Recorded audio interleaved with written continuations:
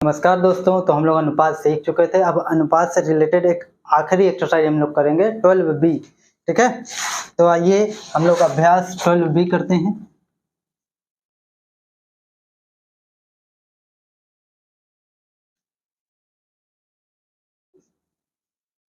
तो बारी बारी से एक एक क्वेश्चन लिखते जाऊंगा और करते जाऊंगा, और आपको जहां कंफ्यूजन होगा आप बताइएगा कमेंट सेक्शन में उसको। ठीक है, तो पहला हमारा क्वेश्चन है, आकृति को देखकर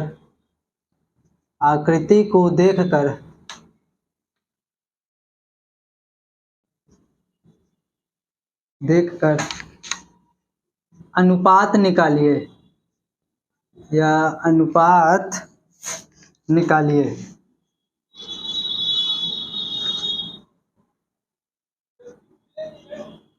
तो चलिए शुरू करते हैं। तो आकृति, हमारे पास एक आकृति, हमको एक समांतर चतुर्भुज में कुछ चीजें दे दिया है। एक त्रिभुज दे दिया है और एक वर्ग दे दिया है, फिर एक त्रिभुज दे दिया है, फिर एक वृत्त दे दिया है, फिर एक त्रिभुज दे दिया है, फिर एक वर्ग और फिर एक वृत्त। अब इसमें से रिलेटेड हमसे कुछ क्वेश्चन पूछा है। तो कैसे क्वेश्चन पूछा है आपको दिखाते हैं। देखिए क्या नंबर है क्वेश्चन हमारा, आयत के अंदर के सभी त्रिभुजों की संख्या का, आयत के अंदर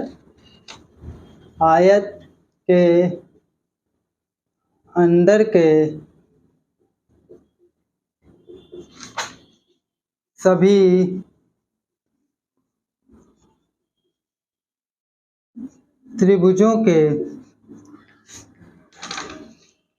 त्रिभुजों के संख्या का, आयत के अंदर के सभी त्रिभुजों के संख्या का वृत्तों की संख्या से।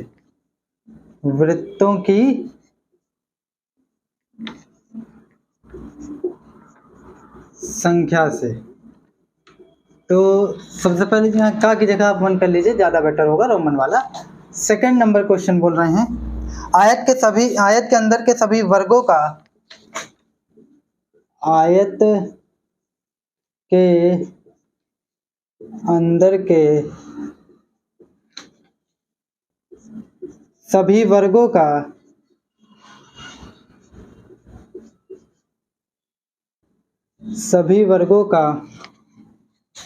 सभी आकृतियों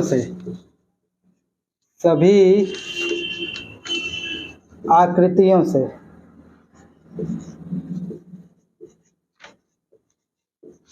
नेक्स्ट और एक लास्ट क्वेश्चन है, थर्ड नंबर, मतलब फर्स्ट का लास्ट, आयत के अंदर के सभी वृत्तों का,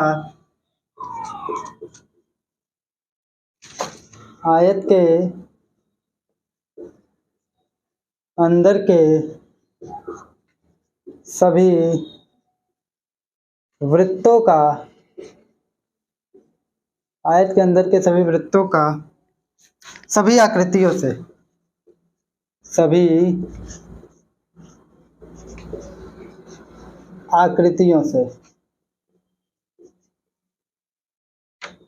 तो हम लोग इसका आंसर लिखेंगे। तो सॉल्यूशन देखिए, सॉल्यूशन ज़्यादा बड़ा नहीं है, तो बोर्ड हमें ज़्यादा नहीं लगना है, तो हम यहीं पर इसका सॉल्यूशन कर दे रहे हैं। सॉल्यूशन,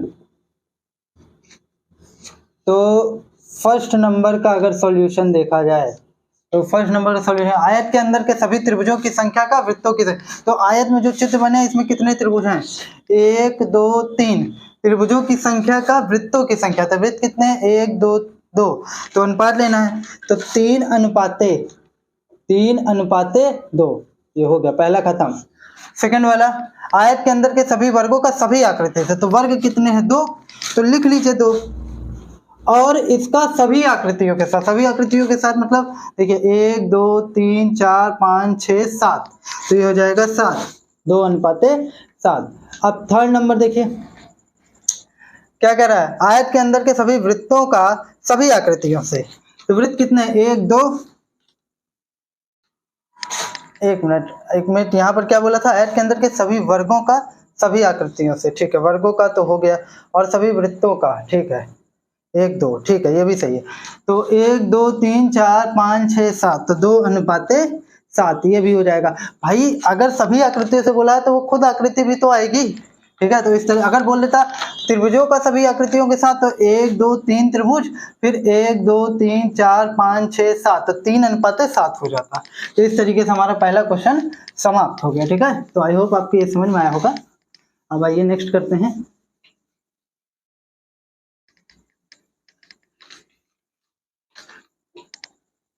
नेक्स्ट क्वेश्चन कह रहा है सरलतम रूप में अनुपात ज्ञात करें। सेकंड है सरलतम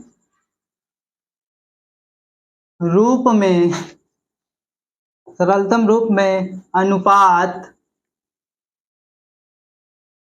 ज्ञात करें। सरलतम रूप में अनुपात ज्ञात करें। तो सरलतम रूप में अनुपात ज्ञात करें कौन कौन सा? आपका पहला नंबर है 2 का 4 से, 2 का 4 से। दूसरा नंबर है 15 का 3 से, 15 का 3 से। फिर है आपका 3.5 का, तीसरा है 3.5 का 105 से। फिर आपका फोर्थ नंबर है, देखिए यहाँ थोड़ा आपको इन्होंने फंसाया है हल्का सा, 50 पैसे का, 50 पैसे का रुपए 3 से का रुपए 3 से। फिर नेक्स्ट आपसे बोल रहा है 2 मीटर का 6 सेंटीमीटर से, 2 मीटर का, मीटर ऐसे लिख दे रहा हूँ, 6 सेंटीमीटर से, 6 सेंटीमीटर से। तो हमसे कहा है इसके अनुपात को सरलतम रूप में लिखना है। तो आइए इसका सॉल्यूशन करते हैं। तो सॉल्यूशन है, तो चलिए पहला नंबर सॉल्यूशन है। पहला नंबर सॉल्यूशन क्या है? 2 का 4 से आपको अनुपात लेना है, तो 2/4। भाई अनुपात का मतलब तो भाग भी होता है ना, भाग विधि में लिखना ही अनुपात कहलाता है, आपके पीछे पढ़ेंगे। ठीक है, तो अब इसको आप काटेंगे तो हो जाएगा 2 अगले स्टेप में काट देते हैं, 2/4। तो ये हो जाएगा 2 × 2 और फिर 2 दूनी 4। तो ये आपका हो जाएगा 1/2। और अगर आपको इसे अनुपात लिखना है तो आप लिख सकते हैं 1:2। ये आपका समाप्त हो गया। फिर 15 का 3 से, सेकंड नंबर 15 का 3 से, तो आप इसको ऐसे लिख लीजिए 15/3। अब अगले स्टेप में आप कर लीजिए 15/3। अब यहाँ काटिए, 3 × 5 = 15, तो ये हो जाएगा 5/1। और आप इसको लिख सकते हैं 5:1। ठीक है। अब आइए हम लोग थर्ड नंबर पे थोड़ा सा गौर करते हैं। थर्ड नंबर कह रहा है 3.5 का 105 से, तो 3.5/105। तो आप इसको कैसे लिखेंगे? 3.5 में देखिए जब दशमलव खसकता है, अगर दशमलव इधर से इधर जाएगा तो क्या होगा? नीचे एक 0 बढ़ेगा, 35/1050। गड़बड़ तो नहीं किया मैंने कुछ? 3.5 का 1.5, हाँ ठीक है, कोई दिक्कत वाली बात नहीं है, सही है। ठीक है, तो एक अंक दशमलव नीचे बढ़े, 0 नीचे बढ़ेगा। अब आप इसको काटिए, पहले किससे कटेगा? ये 5 से कटेगा, 5 × 7 = 35। ठीक है, 5 दूनी 10 और फिर 5 × 9 5 और 0, फिर ये क्या हो जाएगा? 7/210। तो हो जाएगा 7 × 21 और फिर ये 0, तो ये हो जाएगा 1/30। तो ये हो जाएगा आपका 1:30। तो यही आपका क्या हो जाएगा? इसका इसका क्या हो जाएगा? सरलतम रूप हो जाएगा। ठीक है, अब ये आपका थर्ड हो गया। फोर्थ में देखिए, फोर्थ में क्या किया है इन्होंने?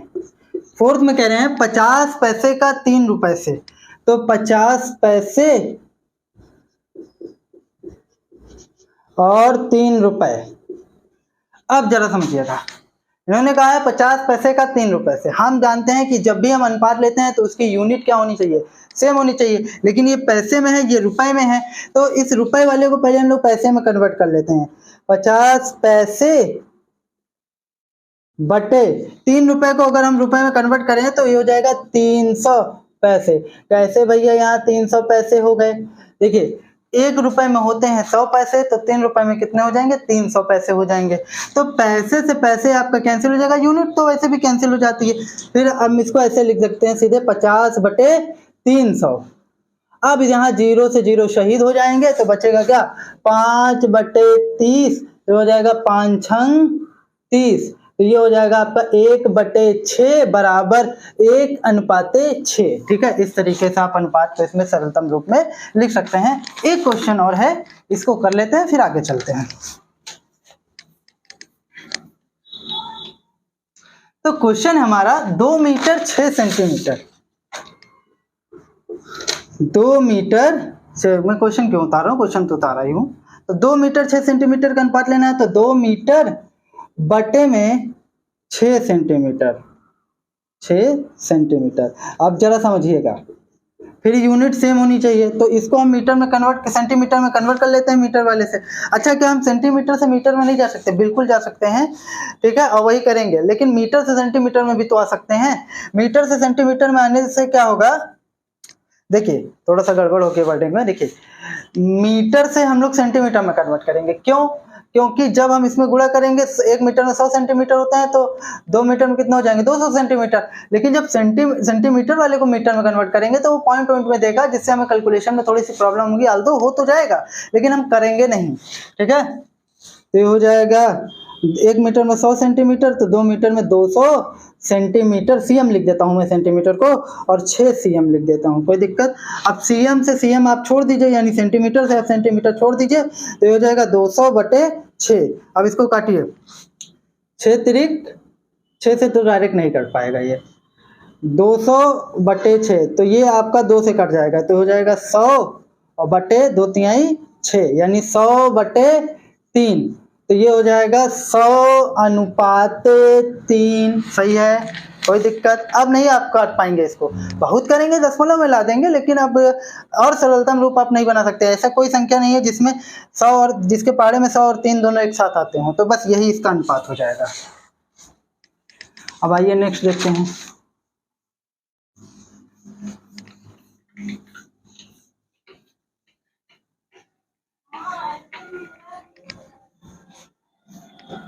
ठीक है, नेक्स्ट देखते हैं।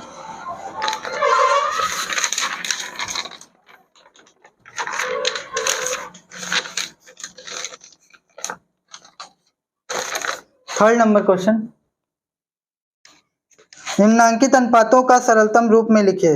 वही काम करना है, निम्नांकित अनुपातों को, निम्नांकित अनुपातों को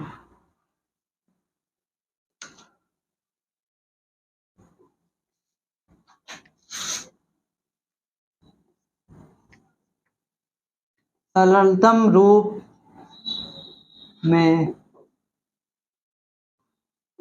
लिखिए। तो जब सरलतम रूप में इसको लिखेंगे, कौन से अनुपात हैं ये देख लीजिए।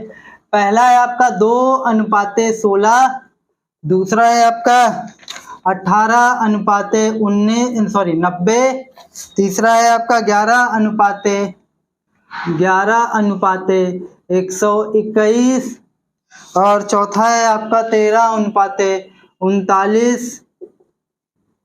फिर आपका पांचवा है 36:72। फिर आपका एंड द लास्ट है 6 नंबर 5 kg, यहाँ थोड़ा सा फंसाया है, अनुपाते 650 ग्राम। ठीक है, चलिए इसका हम लोग सरलतम रूप यानी न्यूनतम रूप लिखते हैं। सरलतम रूप और न्यूनतम रूप दोनों एक ही होता है, जान लीजिए आज से। तो सॉल्यूशन देखिए, सबसे पहला नंबर 2:16, तो 2:16 को आप 2/16 कर सकते हैं, फिर हो जाएगा 2/16, यानी 1/8, यानी कि 1:8 हो गया। इसकी कहानी खत्म है, इससे ज्यादा ये कट नहीं सकता, इससे यही इसका सरलतम रूप हो गया। सेकंड देखिए 18:90, ठीक है, फिर ये हो जाएगा 18/90, 18×4=90, तो ये 18×5=90 हो जाएगा। तो ये हो जाएगा 1/5, यानी 1:5। ठीक, अब देखिए नेक्स्ट थर्ड नंबर, यहाँ कर देता हूँ, ये तो क्वेश्चन के साथ मिक्स हो जाएगा। थर्ड नंबर है 11:121, यानी कि 11/121। 11 का वर्ग होता है 121, हमें पता है, तो हम सीधे काट देते हैं, तो 11 आना ही है। तो ये हो जाएगा 1/11, यानी कि 1:11। फिर फोर्थ नंबर क्या हो जाएगा 13:39 को आप लिख सकते हैं 13/39, 13 26 13 तो कितनी बार जाएगा? 3 बार जाएगा, तो ये 3 हो गया, यानी 1/3 बराबर 1:3 ये हो गया आपका। तो यही इसका क्या है? सरलतम रूप। तो ये भी क्वेश्चन आई होप आपके समझ में आया होगा। अब आइए हम लोग नेक्स्ट क्वेश्चन पर अटैक करते हैं।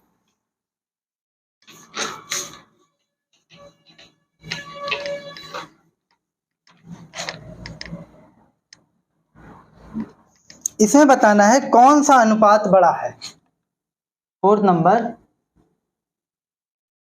कौन सा अनुपात बड़ा है? आपको ये बताना है कि इसमें से कौन सा अनुपात बड़ा है। तो क्वेश्चन है हमारा, पहला है 3:5 और 5:8 में, 3:5 और 5:8 में, 5:8 में। नेक्स्ट है हमारा 2:7 और 6:8 में, 2:7 और 6:8 में कौन बड़ा है? ठीक है। फिर है हमारा 3rd नंबर, 40 पैसे और 40 पैसे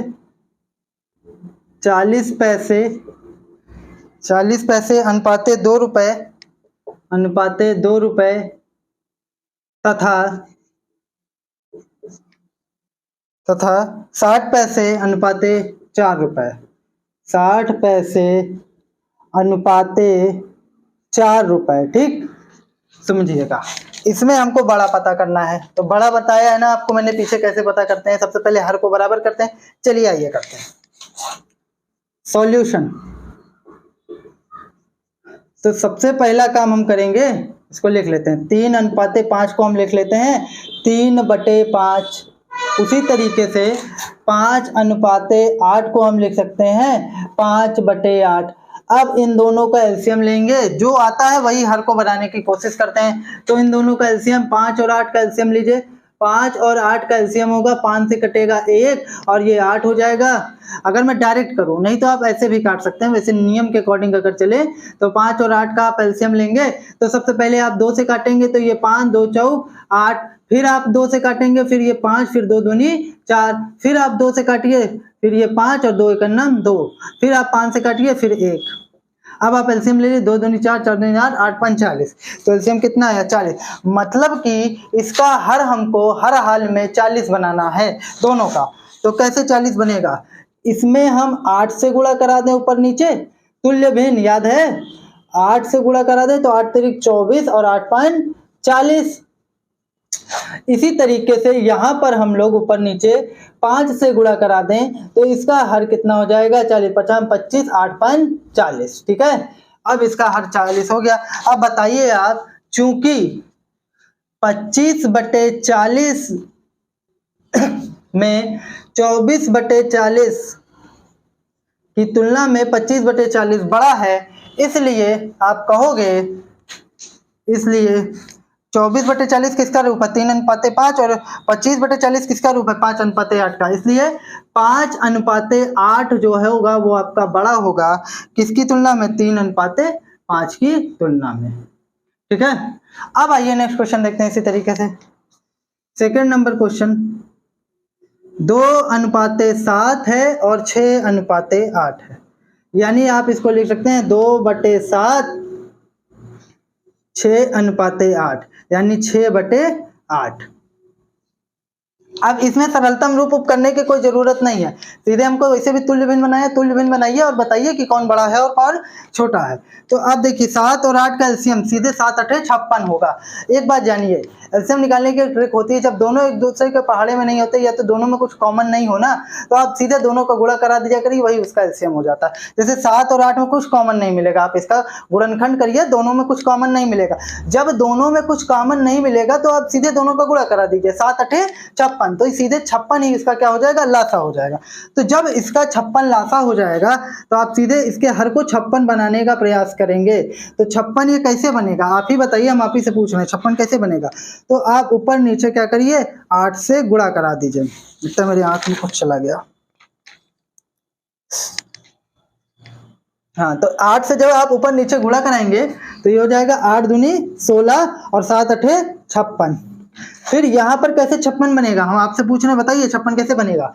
तो आप कहेंगे 6/8 गुणे, इस बार ऊपर नीचे आप 7 से गुणा करा दीजिए, तो 7 6 42 और फिर 7 अठे 56। अब आप मुझे बताइए 16/56 बड़ा है कि 42/56 बड़ा है। तो आप सीधे आपका आंसर होगा कि 42/56 बड़ा है 16/56 की तुलना में। तो 42/56 की तरफ आप मुँह बताइए, क्यों बताइए इनको, चूंकि 42/56 है, बड़ा है 16/56 की तुलना में। और 42/56 किसका रूप है, 6:8 का रूप है।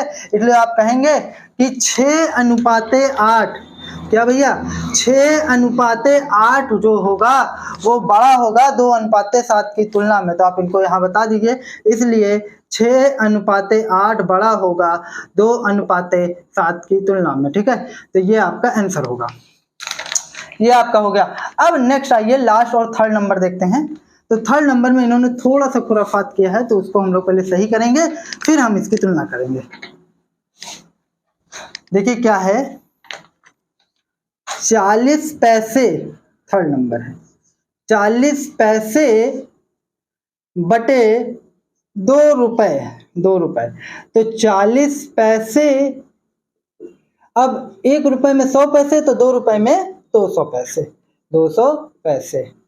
तो अब देखिए, तो ये कितना हो जाएगा, 40/200, कितना हो जाएगा, 200। ठीक है, उसी तरीके से यहां पर करिए, 60 पैसे, 60 पैसे बटे 4 रुपए। तो ये हो जाएगा 60 पैसे, 60 पैसे बटे 400 पैसे। क्यों, 1 रुपए में 100 पैसे, तो 4 रुपए में 400 पैसे। अब आप पैसे से पैसे छोड़ देंगे क्योंकि यूनिट यहाँ कैंसिल हो जाती है, अनुपात का वैसे भी कोई यूनिट नहीं होता। तो 60/400। अब एक बात समझिए, या तो अब आप कहेंगे चलिए दोनों एक ही यूनिट में कन्वर्ट हो गए, कोई दिक्कत नहीं। लेकिन हमने एक चीज और बताया था कि अब इन दोनों का लासा लेंगे और लासा लेके देखेंगे कि क्या आएगा, तो हम वही बनाने की कोशिश करेंगे। तो 2 और 400 का लासा लेंगे तो आपका क्या आएगा, 2 और 400 का लासा लेते हैं और हर को वही बनाने की कोशिश करेंगे, 2 और 400 का। तो लीजिए, तो अगर मैं आपको बताऊं तो इसका लासा आएगा 400 आएगा, सीधे सी बात है, क्योंकि अगर आप 2 से काटेंगे तो ये 100 हो जाएगा और ये 200 हो जाएगा। ठीक है, फिर आप क्या करिए, 100 से सीधे इसको काट दीजिए, तो ये 100 हो जाएगा, सॉरी ये 1 हो जाएगा और ये 2 हो जाएगा। फिर आप इसको 2 से काट दीजिए, ये 1 और 1। अब आप कहें कि हम पूरा काट के चेक करेंगे, अरे आप करिए, लेकिन प्रोसेस बड़ा लंबा हो जाएगा, तो हम बचने के लिए डायरेक्ट कर दिए। ठीक है, तो 100, और जितना जल्दी काम हो सके उतना ही बेहतर है। तो 100 और 2 दूनी 4, तो 100 चौके 400, तो इसका लासा आ गया 400, यानी दोनों के हर को हमको 400 बनाना है। अब ये नीचे वाला तो पहले से 400 है, काश क्या हो ऊपर वाला अगर 400 बन जाए तो हमारा काम हो जाए। तो ऊपर वाला 400 कैसे बनेगा आपसे मैं पूछता हूँ। तो 40/200 गुणे ऊपर नीचे आप 2 से गुणा करा दीजिए, 40 दूना कितना होगा 80 और 2 दूनी हो जाएगा 400, यानी 80/400 बड़ा है कि 60/400। तो आपका जवाब होगा 80/400 बड़ा है। तो आप यहाँ बताएंगे इनको, चूंकि 80/400 बड़ा है 60/400 की तुलना में, इसलिए 80/400 किसका रूप है, 40 पैसे 2 रुपए का। 40 पैसे को मैं सीधे पी कर दे रहा हूं, अनुपाते 2 रुपए, 2 रुपए इस तरीके से लिखता हूं, बड़ा है किससे, किसकी तुलना में, 60 पैसे अनुपाते कितना रुपए, 4 रुपए। ठीक है, तो इसमें ये बड़ा है।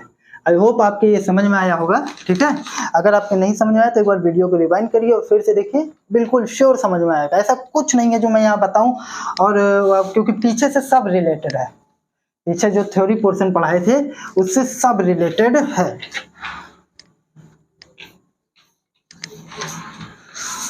अब आइए नेक्स्ट देखते हैं।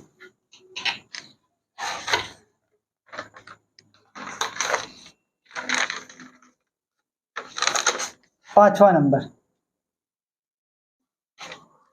निम्नांकित कथनों को अनुपात में बदलिए।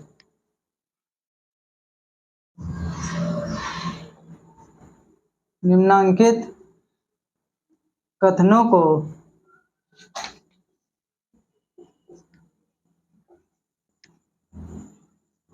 अनुपात में बदलिए। तो पहला है आपका, एक खेत की लंबाई उसकी चौड़ाई से की 4 गुनी है। एक खेत की लंबाई उसकी चौड़ाई की 4 गुनी है। अभी इसको करेंगे, पहले हम लोग बारी बारी से पूरा क्वेश्चन उतार लेते हैं। मोहन की आयु अपने पुत्र के आयु की 3 गुनी है। मोहन की आयु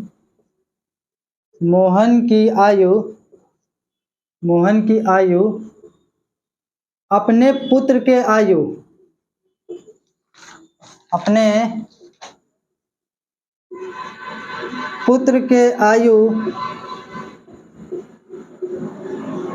की 3 गुनी है। तो ये है आपका next question. 4th number question देखते हैं, सॉरी 3rd नंबर, नहीं फर्स्ट, और फिर ये 2nd होना चाहिए और ये 3rd होना चाहिए।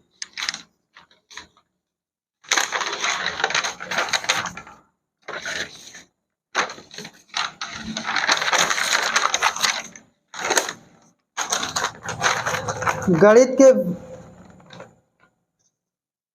विषय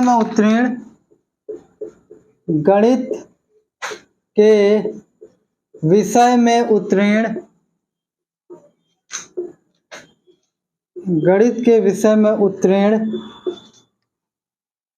कक्षा 6 के छात्रों की संख्या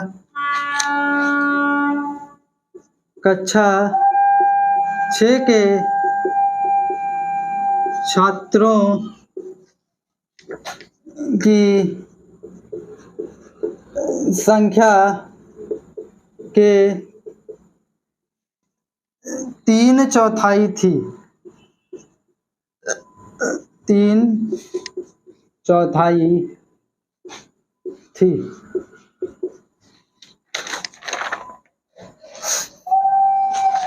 थी नहीं है, कर लीजिए। 3rd हो गया, ठीक है। चलिए आइए 5वें नंबर करते हैं। एक खेत की सॉल्यूशन। 1st नंबर, एक खेत की लंबाई उसके चौड़ाई की 4 गुनी है। तो अगर माना चौड़ाई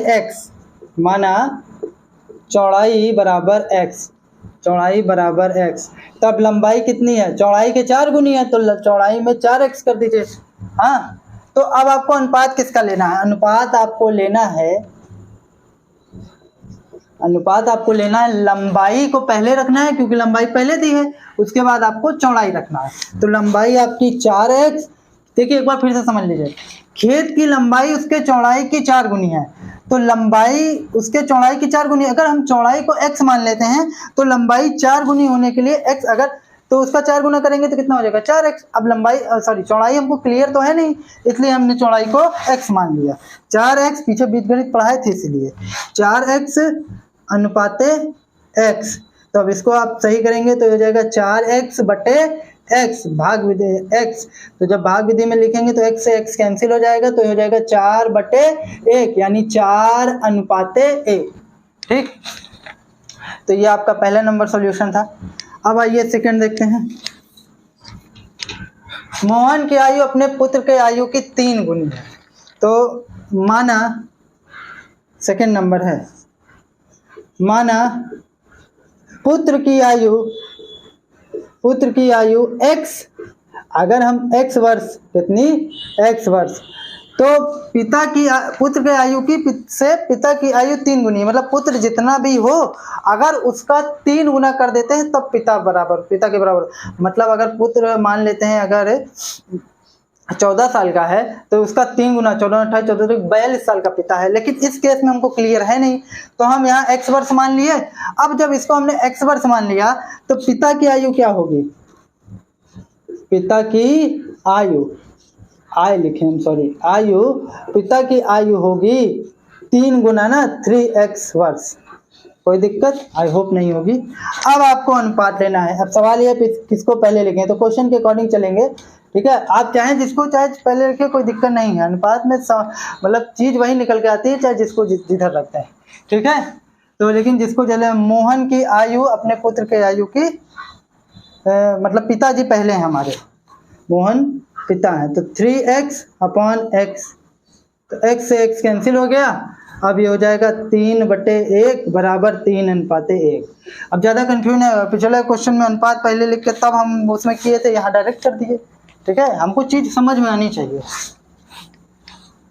नेक्स्ट और लास्ट इसका, गणित के विषय में उत्तीर्ण कक्षा 6 के छात्रों की संख्या के 3/4 है। गणित के विषय में उत्तीर्ण कक्षा 6 के छात्रों की संख्या के 3/4 है, ठीक है। गणित माना छात्रों की कुल संख्या,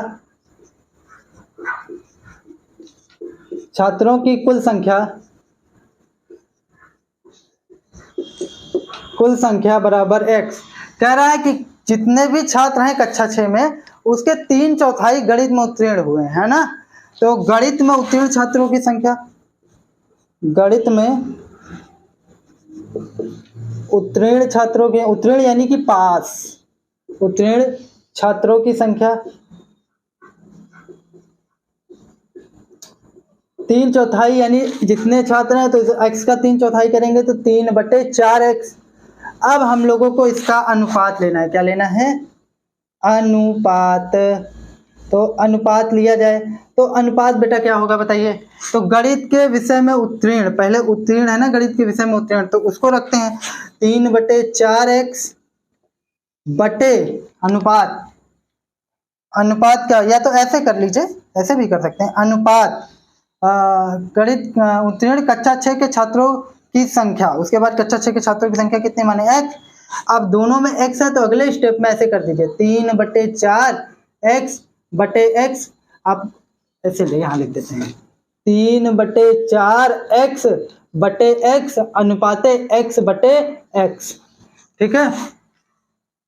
तो ये कितना हो जाएगा, x से x कैंसिल हो जाएगा, इधर x से x कैंसिल हो जाएगा, तो 3/4 अनुपाते 1। तो अनुपाते बटे में एकदम एक का कोई मतलब नहीं होता, तो आप इसको 3/4 डायरेक्टली कह सकते हैं 3:4। तो इस तरीके से ये आपका समाप्त हुआ। आई होप आपको ये भी क्लियर हुआ होगा। अब आइए नेक्स्ट देखते हैं।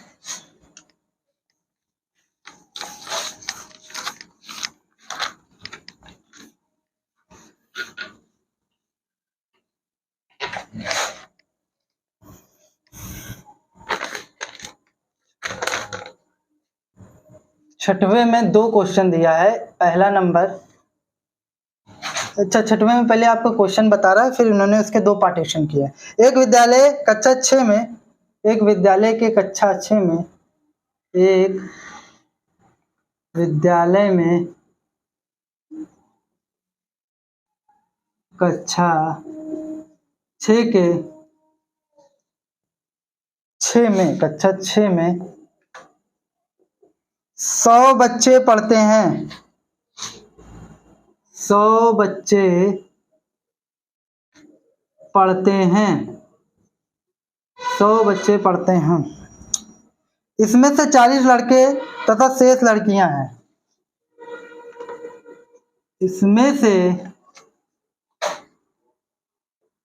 40 लड़के तथा शेष लड़कियां हैं, 40 लड़के तथा शेष लड़कियां हैं। ज्ञात करें, ज्ञात करें मतलब पता करें। क्या करें अब ये खुद बताएंगे। पहले नंबर में आपको ज्ञात करना है लड़के और लड़कियों की संख्या का अनुपात, लड़के और लड़कियों के लड़के और लड़कियों की संख्या का अनुपात, लड़के और लड़कियों की संख्या का अनुपात। सेकंड पोर्शन में आपको बताना है लड़के की संख्या और कुल बच्चों का अनुपात। लड़के की संख्या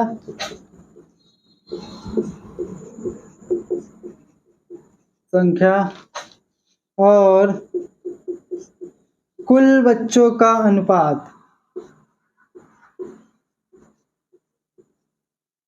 कुल बच्चों का अनुपात। अब देखिए, चलिए पहले सॉल्यूशन करने से पहले क्वेश्चन में जो जो गिवन है, जो निकाल सकते हैं उसको निकाल लेते हैं।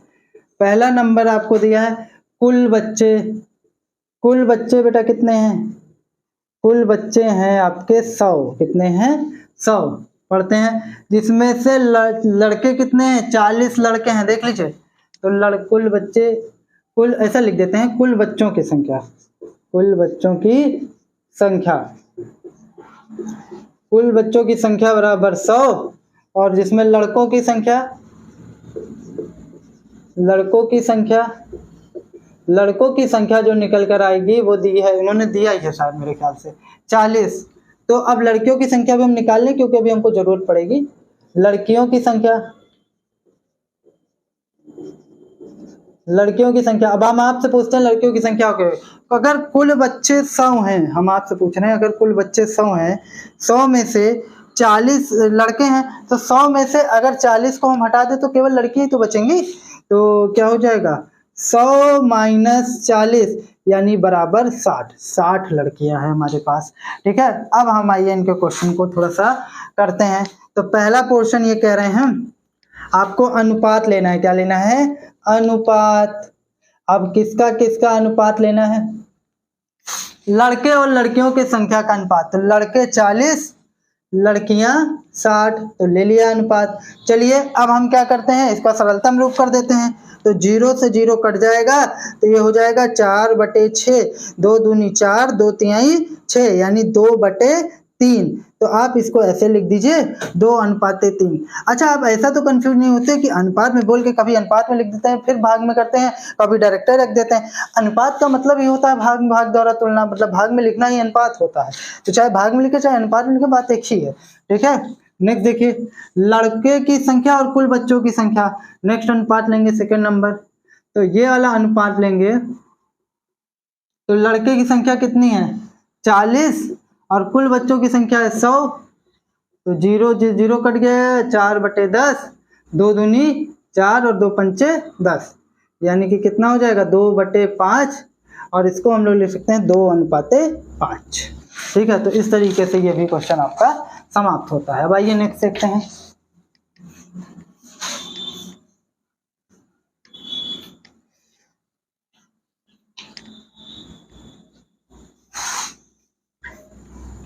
कोई चीज ऐसी नहीं है जो यहाँ पर हम बता रहे हैं और बड़ी मुश्किल हो, सब आसान ही तो है।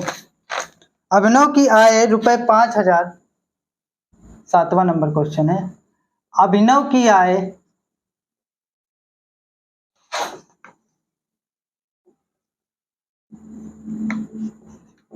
₹5,000 प्रति माह है।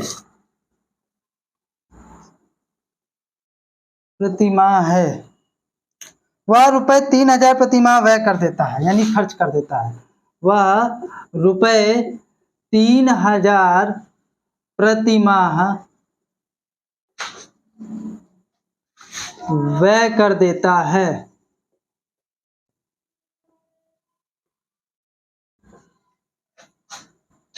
अनुपात ज्ञात कीजिए। अनुपात ज्ञात कीजिए। इसका अनुपात नहीं ज्ञात करना है कि आप दोनों को उठाए अनुपात ज्ञात कीजिए, अभी क्वेश्चन बताएगा। अनुपात ज्ञात कीजिए, किसका किसका अनुपात ज्ञात करना है? पहला नंबर है भैया, आपका अनुपात ज्ञात करना है अभिनव की आय और व्यय का। अभिनव की आय और व्यय का, यानी बचत, और मतलब कितना वो कमा रहा है और कितना वो खर्च कर रहा है उसका। सेकंड नंबर, अभिनव के व्यय और आय का। अब इसी का उल्टा कर दिए हैं, अभिनव के व्यय तथा आय का एक और पोर्शन है इसी में, व्यय में और यहाँ पर भी में, इसमें एक पोर्शन और है अभिनव के व्यय और बचत का।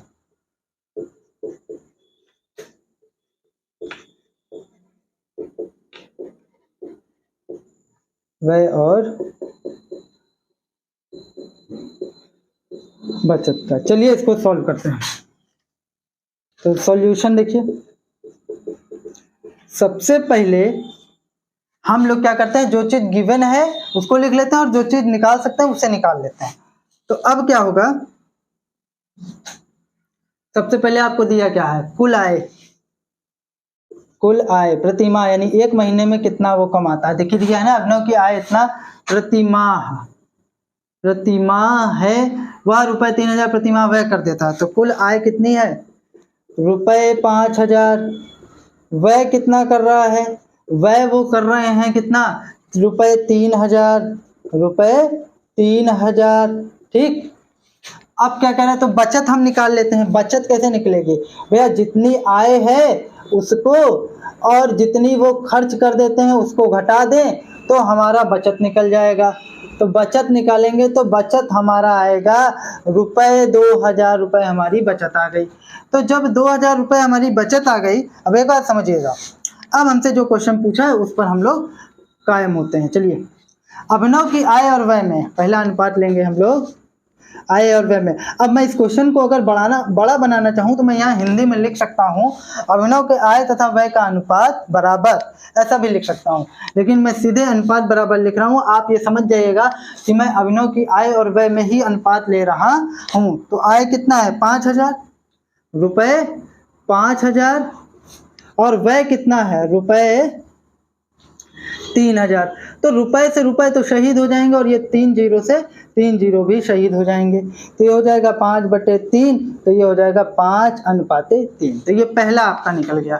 सेकंड देखिए, सेकंड क्या करें, अभिनव का व्यय तथा आय में।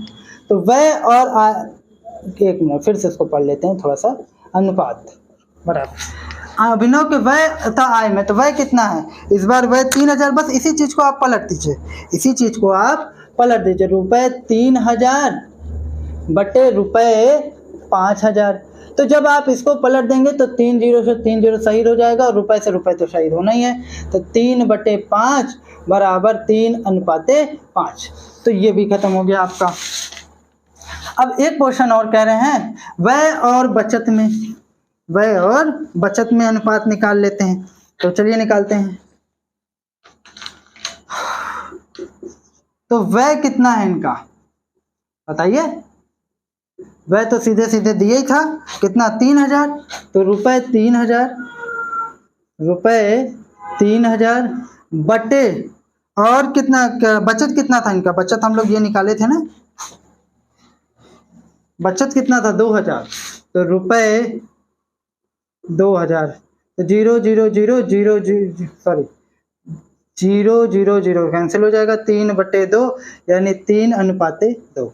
तो इस तरीके से ये भी क्वेश्चन आपका समाप्त हो गया। आई होप समझ में आया होगा। अब आइए नेक्स्ट देखते हैं। नेक्स्ट और आज के 12B का लास्ट क्वेश्चन है,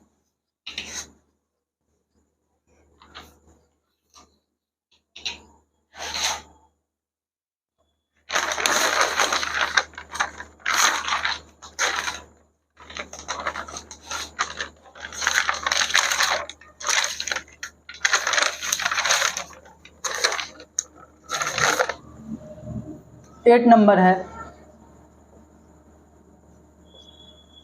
रिक्त स्थानों की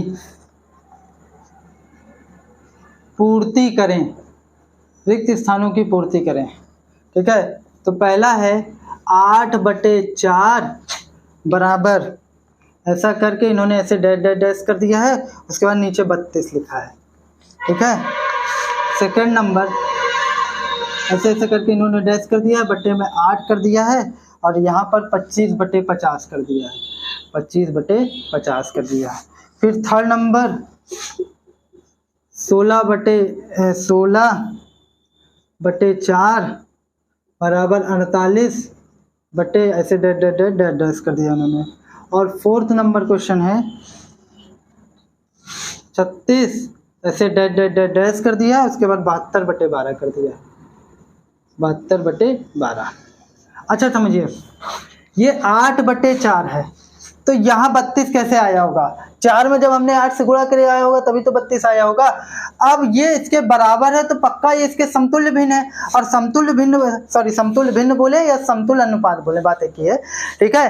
तो समतुल्य अनुपात है, तो इसमें अगर नीचे 8 से गुणा कराएं तो ऊपर अगर बराबर है तो नियम के अनुसार ऊपर भी 8 से गुणा ही होना चाहिए, तो ऊपर भी हम लोग 8 से गुणा कराएंगे तो 4 × 32 तो 8 × 64 हो जाएगा। आप पीछे पढ़े हैं इसको। इसी तरीके से यहाँ पर देखिए कितना है, यहाँ पे मेरे ख्याल से, हाँ ठीक है, 8 × 9 यहाँ पर होना, यहाँ पर 8 नहीं होना चाहिए, यहाँ पर 40 होना चाहिए।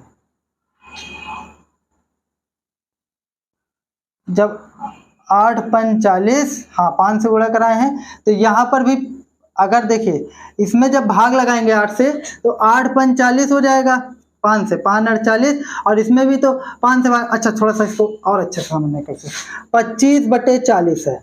इसका आप न्यूनतम रूप निकालिए, क्योंकि ये पहले से था गुणा कराते हैं, और जब समतुल्य भिन्न होता है तो न्यूनतम रूप में इस बार पूछे, पहले न्यूनतम रूप में दे दिया था, हमसे समतुल्य रूप पूछ रहा था, अब हमको समतुल्य रूप दे दिया और न्यूनतम रूप पूछ रहा है, तो न्यूनतम यहाँ 40 था, 50 नहीं था, ठीक है। अब हमको क्या करना है, न्यूनतम रूप बनाने के लिए दोनों में जो कॉमन पार्ट होता है उससे भाग देते हैं, तो 5 से भाग देते हैं, 50 × 25 = 5 × 40, तो यहाँ 8 है तो यहाँ पर 5 हो जाएगा, ठीक है।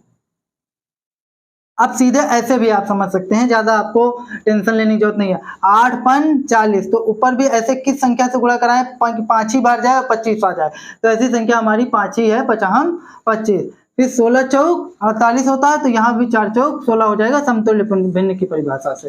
फिर 36 दूना 72, उसी तरीके से 2 बार जाना चाहिए, और यहाँ पर 12 आ जाना चाहिए, क्योंकि 36 दूना 72, तो यहाँ पर हो जाएगा 6, 6 दूनी 12। तो इसके साथ आपका ये टॉपिक समाप्त होता है। अगर आपको कोई भी कंफ्यूजन हो तो आप मुझसे कमेंट सेक्शन में पूछ लीजिए। तब तक के लिए नमस्कार।